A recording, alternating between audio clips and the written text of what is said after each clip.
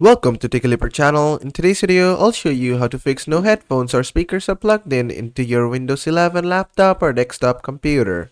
So at first, what you have to do is just go to your search and search for troubleshooting, and you'll find troubleshooting settings at the best match. Just open this. Then from here, just go to other troubleshooters. Then just wait for it to load, and under most frequent, you'll find audio. Just run the audio troubleshooter. You can minimize this or close this.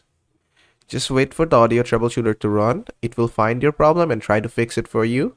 And it's gonna give you articles if it can fix it for you automatically. You can read those articles and fix it yourself.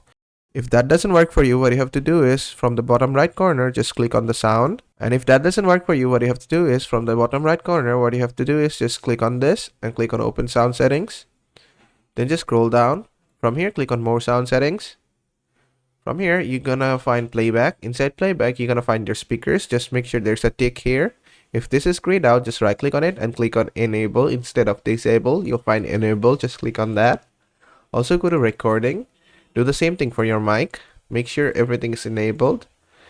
And then just close this. And after that, your problem should be fixed. But if it's still not fixed, just go to your start button, right click on it. And then just go to device manager. Just expand this. From here, just go to sound, video, and game controller. Just expand this.